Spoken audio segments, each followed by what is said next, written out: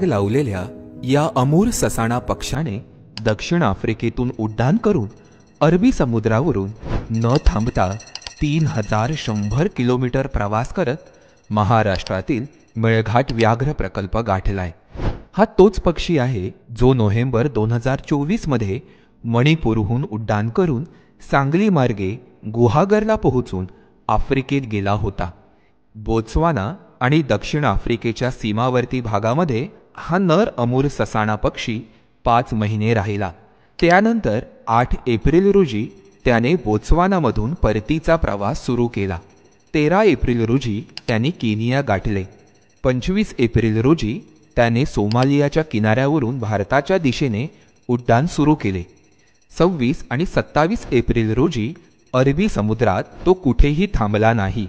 28 April रोजी या पक्षाने गुजरातमध्ये प्रवेश करून आपला प्रवास न थांबता सुरू ठेवला। त्यानंतर त्याच दिवशी नंदुरबार जिल्ह्यात प्रवेश करून सायंकाळी 6 वाजता मेळघाट व्याघ्र प्रकल्पामध्ये पोहोचला। यापुढेही हा पक्षी पूर्व भारतामार्गे सायबेरियापर्यंतचा आपला प्रवास सुरू ठेवणार आहे।